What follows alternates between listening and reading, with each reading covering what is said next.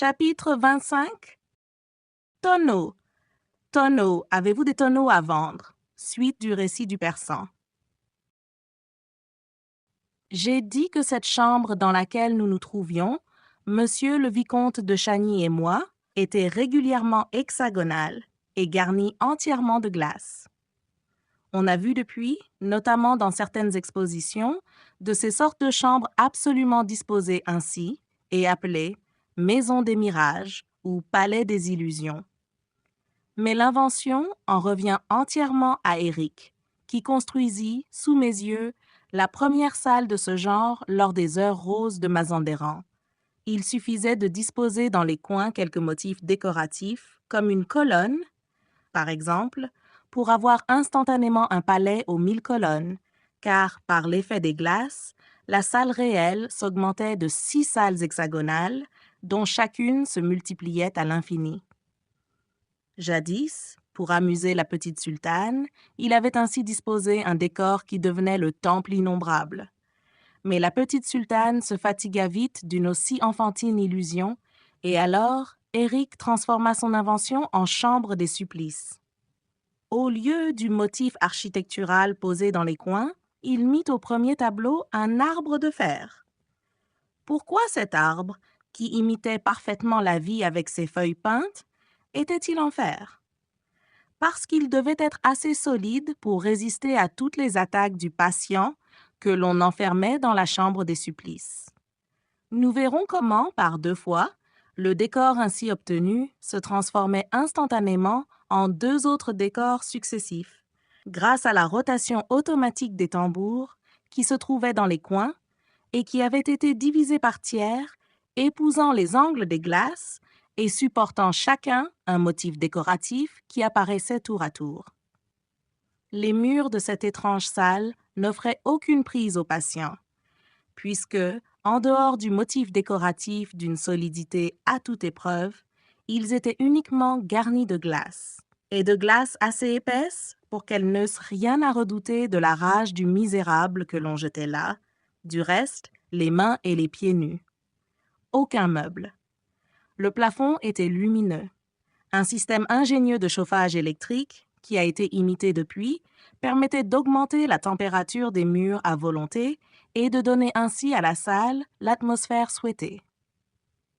Je m'attache à énumérer tous les détails précis d'une invention toute naturelle donnant cette illusion surnaturelle, avec quelques branches peintes d'une forêt équatoriale embrasée par le soleil de midi, pour que nul ne puisse mettre en doute la tranquillité actuelle de mon cerveau, pour que nul n'ait le droit de dire « cet homme est devenu fou » ou « cet homme ment » ou « cet homme nous prend pour des imbéciles ». Si j'avais simplement raconté les choses ainsi. Étant descendus au fond d'une cave, nous rencontrâmes une forêt équatoriale embrasée par le soleil de midi. J'aurais obtenu un bel effet d'étonnement stupide. Mais je ne cherche aucun effet.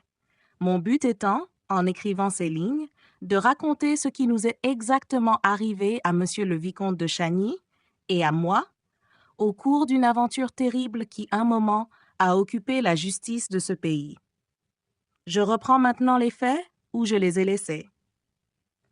Quand le plafond s'éclaira et qu'autour de nous la forêt s'illumina, la stupéfaction du vicomte dépassa tout ce que l'on peut imaginer. L'apparition de cette forêt impénétrable, dont les troncs et les branches innombrables nous enlaçaient jusqu'à l'infini, le plongea dans une consternation effrayante.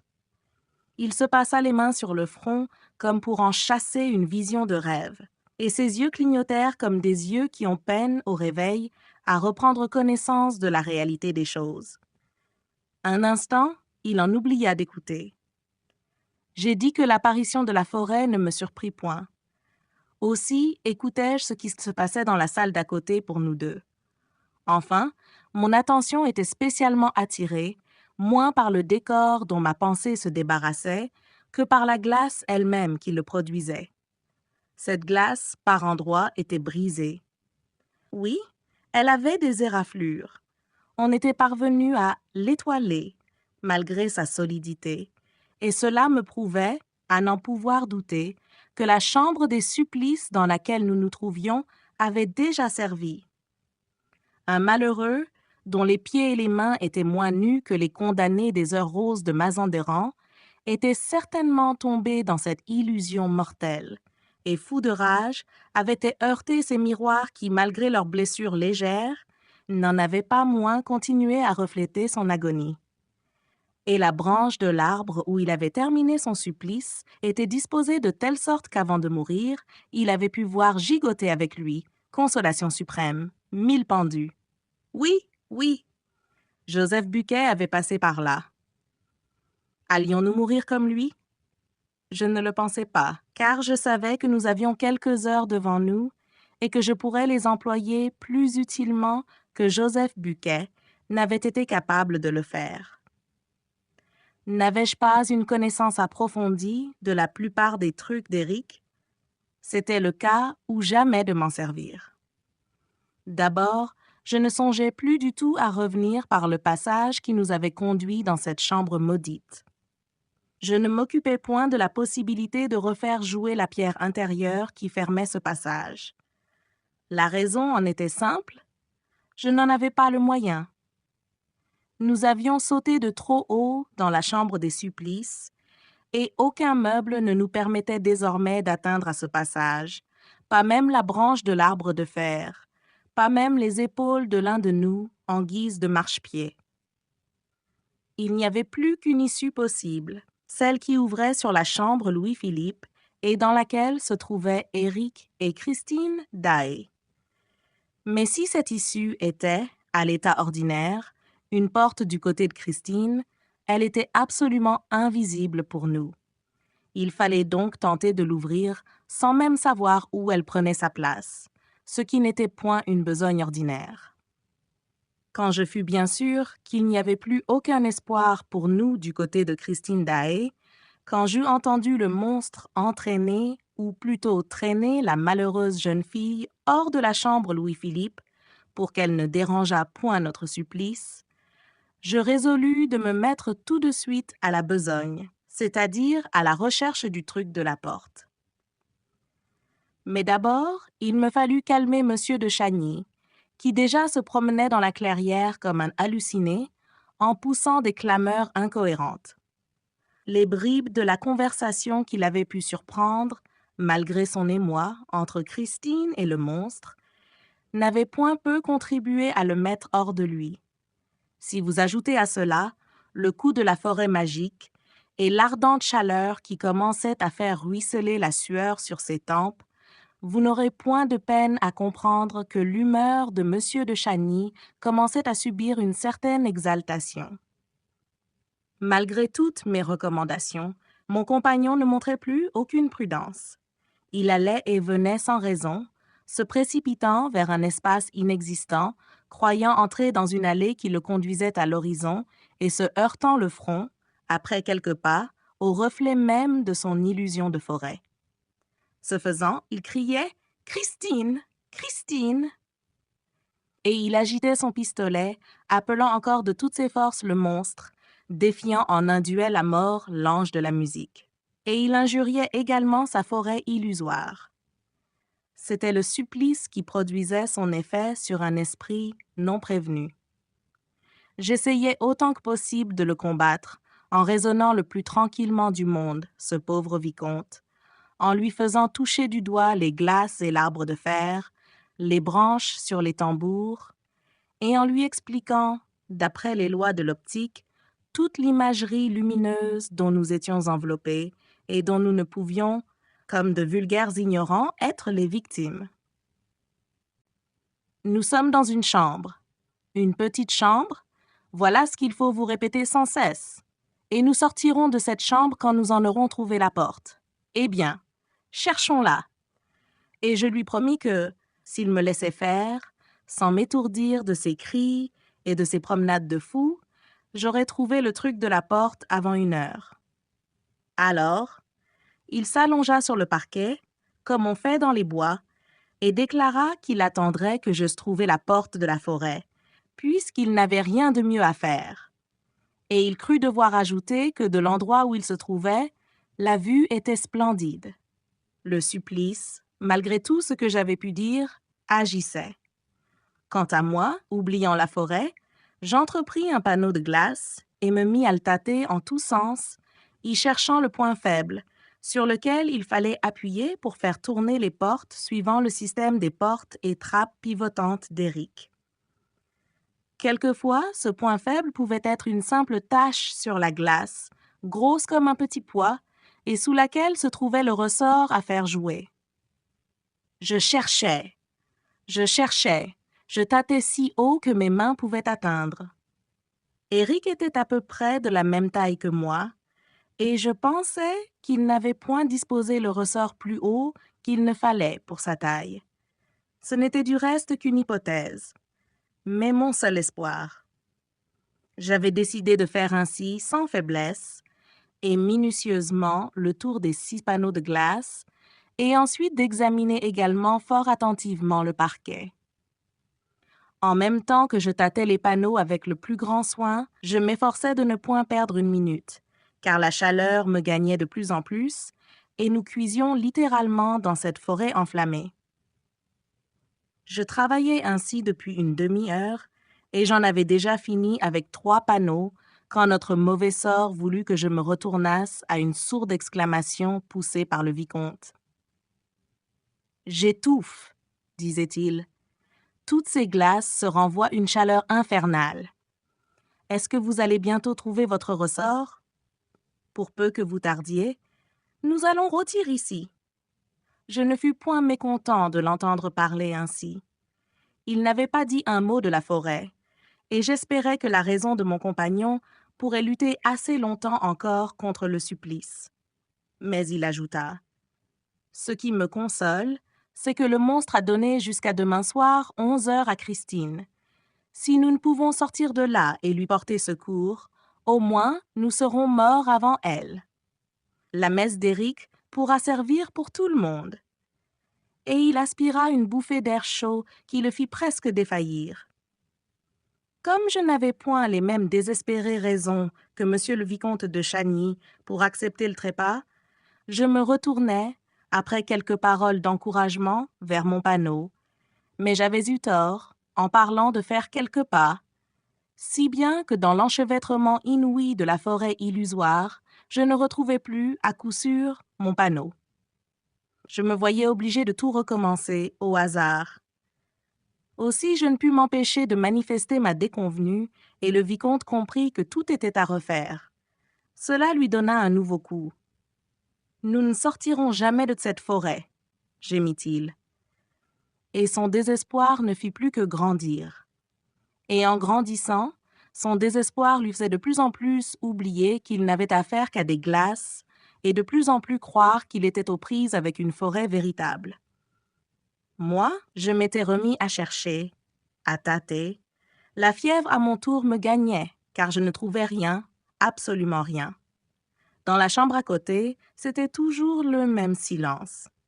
Nous étions bien perdus dans la forêt, sans issue, sans boussole, sans guide, sans rien. Or, je savais ce qui nous attendait si personne ne venait à notre secours, ou si je ne trouvais pas le ressort. Mais j'avais beau chercher le ressort, je ne trouvais que des branches. D'admirables belles branches qui se dressaient toutes droites devant moi ou s'arrondissaient précieusement au-dessus de ma tête. Mais elles ne donnaient point d'ombre. C'était assez naturel, du reste, puisque nous étions dans une forêt équatoriale avec le soleil juste au-dessus de nos têtes. Une forêt du Congo. À plusieurs reprises, M. de Chagny et moi, nous avions retiré et remis notre habit, trouvant tantôt qu'il nous donnait plus de chaleur et tantôt qu'il nous garantissait, au contraire, de cette chaleur. Moi, je résistais encore moralement. Mais M. de Chagny me parut tout à fait parti. Il prétendait qu'il y avait bien 3 jours et 3 nuits qu'il marchait sans s'arrêter dans cette forêt, à la recherche de Christine Daae. De temps en temps, il croyait l'apercevoir derrière un tronc d'arbre ou glissant à travers les branches, et il l'appelait avec des mots suppliants qui me faisaient venir les larmes aux yeux. « Christine, Christine, disait-il, pourquoi me fuis-tu? Ne m'aimes-tu pas? Ne sommes-nous pas fiancés? Christine, arrête-toi. Tu vois bien que je suis épuisée. Christine, aie pitié. Je vais mourir dans la forêt. Loin de toi. Oh, j'ai soif, dit-il enfin avec un accent délirant. Moi aussi j'avais soif. J'avais la gorge en feu. Et cependant, accroupi maintenant sur le parquet, cela ne m'empêchait pas de chercher le ressort de la porte invisible. D'autant plus que le séjour dans la forêt devenait dangereux à l'approche du soir. Déjà l'ombre de la nuit commençait à nous envelopper. Cela était venu très vite, comme tombe la nuit dans les pays équatoriaux. Subitement, avec à peine de crépuscule. Or, la nuit dans les forêts de l'Équateur est toujours dangereuse, surtout lorsque, comme nous, on n'a pas de quoi allumer du feu pour éloigner les bêtes féroces. J'avais bien tenté, délaissant un instant la recherche de mon ressort, de briser des branches que j'aurais allumées avec ma lanterne sourde, mais je m'étais heurté, moi aussi, aux fameuses glaces, et cela m'avait rappelé à temps que nous n'avions affaire qu'à des images de branches. Avec le jour, la chaleur n'était pas partie, au contraire. Il faisait maintenant encore plus chaud sous la lueur bleue de la lune. Je recommandai au vicomte de tenir nos armes prêtes à faire feu et de ne point s'écarter du lieu de notre campement, cependant que je cherchais toujours mon ressort. Tout à coup, le rugissement du lion se fit entendre à quelques pas. Nous en eûmes les oreilles déchirées. « Oh » fit le vicomte à voix basse, « il n'est pas loin. Vous ne le voyez pas? Là, à travers les arbres, dans ce fourré. S'il rugit encore, je tire. » Et le rugissement recommença, plus formidable. Et le vicomte tira, mais je ne pense pas qu'il atteignit le lion. Seulement, il cassa une glace. Je le constatai le lendemain matin à l'aurore. Pendant la nuit, nous avions dû faire un bon chemin, car nous nous trouvâmes soudain au bord du désert, d'un immense désert de sable, de pierres et de rochers. Ce n'était vraiment point la peine de sortir de la forêt pour tomber dans le désert. De guerre lasse, je m'étais étendu à côté du vicomte, personnellement fatigué de chercher des ressorts que je ne trouvais pas. J'étais tout à fait étonné, et je le dis au vicomte, que nous n'ayons point fait d'autres mauvaises rencontres pendant la nuit. Ordinairement, après le lion, il y avait le léopard, et puis quelquefois le bourdonnement de la mouche tsetse. C'étaient là des effets très faciles à obtenir, et j'expliquai à M. de Chagny, pendant que nous nous reposions avant de traverser le désert, qu'Éric obtenait le rugissement du lion avec un long tambourin terminé par une peau d'âne à une seule de ses extrémités. Sur cette peau est bandée une corde à boyaux attachée par son centre à une autre corde du même genre qui traverse le tambour dans toute sa hauteur. Éric n'a alors qu'à frotter cette corde avec un gant enduit de colophane et, par la façon dont il frotte, il imite à s'y méprendre la voix du lion ou du léopard ou même le bourdonnement de la mouche tsetse. Cette idée qu'Éric pouvait être dans la chambre à côté avec ses trucs me jeta soudain dans la résolution d'entrer en pourparlers avec lui. Car évidemment, il fallait renoncer à l'idée de le surprendre. Et maintenant, il devait savoir à quoi s'en tenir sur les habitants de la chambre des supplices. Je l'appelais « Éric! Éric !» Je criais le plus fort que je pus à travers le désert, mais nul ne répondit à ma voix. Partout autour de nous, le silence et l'immensité nue de ce désert pétraient. Qu'allions-nous devenir au milieu de cette affreuse solitude? Littéralement, nous commencions à mourir de chaleur, de faim et de soif. De soif surtout. Enfin, je vis M. de Chagny se soulever sur son coude et me désigner un point de l'horizon. Il venait de découvrir l'oasis. Oui, tout là-bas, le désert faisait place à l'oasis. Une oasis avec de l'eau limpide comme une glace, de l'eau qui reflétait l'arbre de fer. Ah ça, c'était le tableau du mirage. Je le reconnus tout de suite. Le plus terrible. Aucun n'avait pu y résister, aucun. Je m'efforçais de retenir toute ma raison et de ne pas espérer l'eau, parce que je savais que si l'on espérait l'eau, l'eau qui reflétait l'arbre de fer, et que si, après avoir espéré l'eau, on se heurtait à la glace, il n'y avait plus qu'une chose à faire, se pendre à l'arbre de fer. Aussi, je criai à Monsieur de Chagny, « C'est le mirage, c'est le mirage, ne croyez pas à l'eau, c'est encore le truc de la glace. » Alors il m'envoya, comme on dit, carrément promener avec mon truc de la glace, mes ressorts, mes portes tournantes et mon palais des mirages. Il affirma, rageur, que j'étais fou ou aveugle pour imaginer que toute cette eau qui coulait là-bas, entre de si beaux innombrables arbres, n'était point de la vraie eau. Et le désert était vrai, et la forêt aussi. Ce n'était pas à lui qu'il fallait en faire accroire. Il avait assez voyagé, et dans tous les pays, et il se traîna disant « De l'eau, de l'eau !» Et il avait la bouche ouverte comme s'il buvait. Et moi aussi, j'avais la bouche ouverte comme si je buvais. Car non seulement nous la voyions, l'eau, mais encore nous l'entendions. Nous l'entendions couler, clapoter. Comprenez-vous ce mot clapoter? C'est un mot que l'on entend avec la langue. La langue se tire hors de la bouche pour mieux l'écouter. Enfin, supplice plus intolérable que tout, nous entendîmes la pluie et il ne pleuvait pas. Cela, c'était l'invention démoniaque. Oh, je savais très bien aussi comment Éric l'obtenait. Il remplissait de petites pierres une boîte très étroite et très longue, coupée par intervalles de vannes de bois et de métal. Les petites pierres, en tombant, rencontraient ces vannes et ricochaient de l'une à l'autre, et il s'ensuivait des sons saccadés qui rappelaient à s'y tromper le grésillement d'une pluie d'orage. Aussi, il fallait voir comme nous tirions la langue, Monsieur de Chagny et moi, en nous traînant vers la rive clapotante. Nos yeux et nos oreilles étaient pleins d'eau, mais notre langue restait sèche comme de la corne. Arrivé à la glace, Monsieur de Chagny la lécha, et moi aussi. Je léchais la glace, elle était ardente. Alors, nous roulâmes par terre avec un râle désespéré. Monsieur de Chagny approcha de sa tempe le dernier pistolet qui était resté chargé, et moi, je regardais, à mes pieds, le lacet du Pendjab. Je savais pourquoi, dans ce troisième décor, était revenu l'arbre de fer. L'arbre de fer m'attendait. Mais comme je regardais le lacet du Pendjab, je vis une chose qui me fit tressaillir si violemment que Monsieur de Chagny en fut arrêté dans son mouvement de suicide. Déjà, il murmurait « Adieu, Christine !» Je lui avais pris le bras, et puis je lui pris le pistolet, et puis je me traînais à genoux jusqu'à ce que j'avais vu.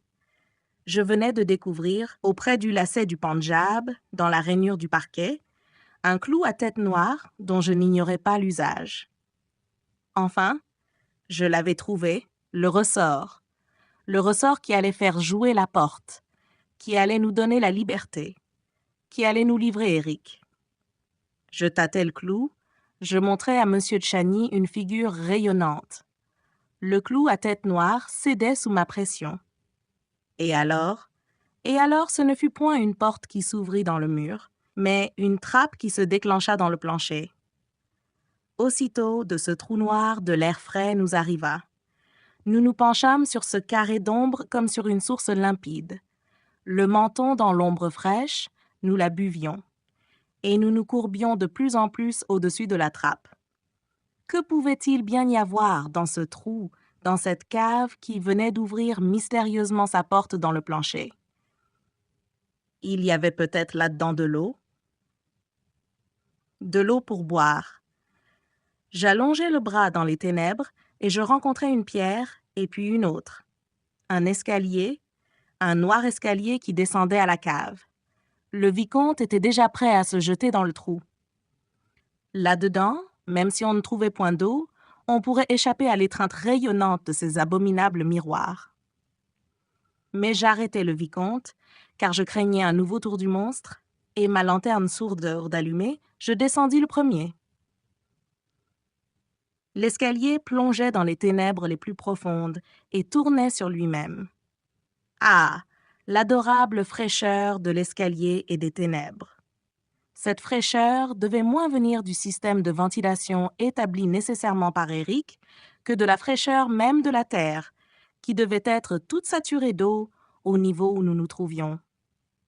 Et puis, le lac ne devait pas être loin. Nous fûmes bientôt au bas de l'escalier.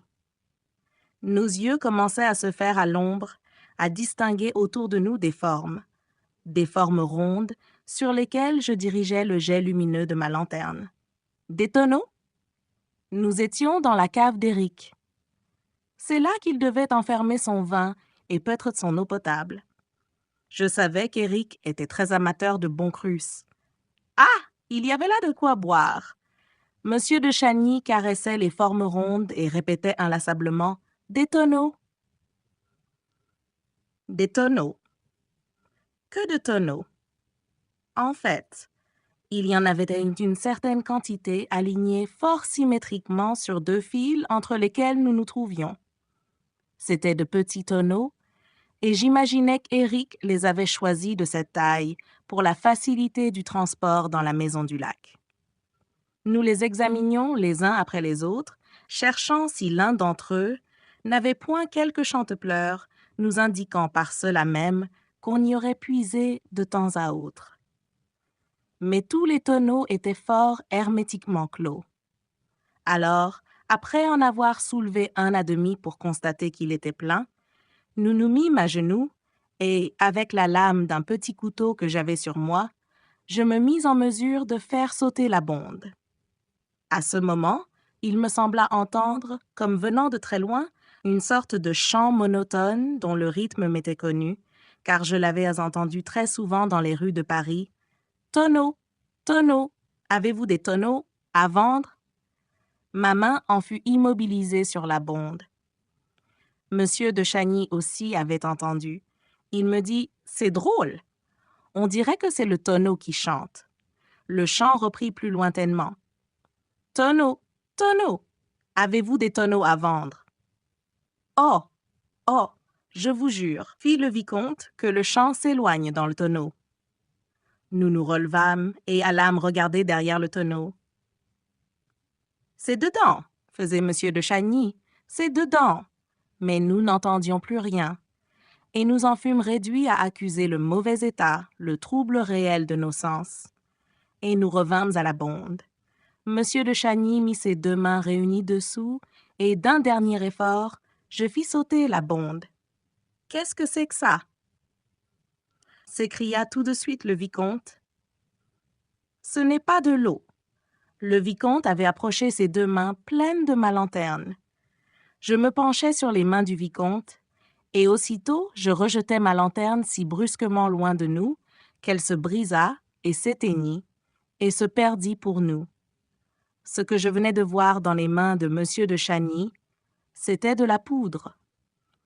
À l'époque où écrivait le Persan, on comprend très bien qu'il ait pris tant de précautions contre l'esprit d'incrédulité. Aujourd'hui, où tout le monde a pu voir de ces sortes de salles, elles seraient superflues.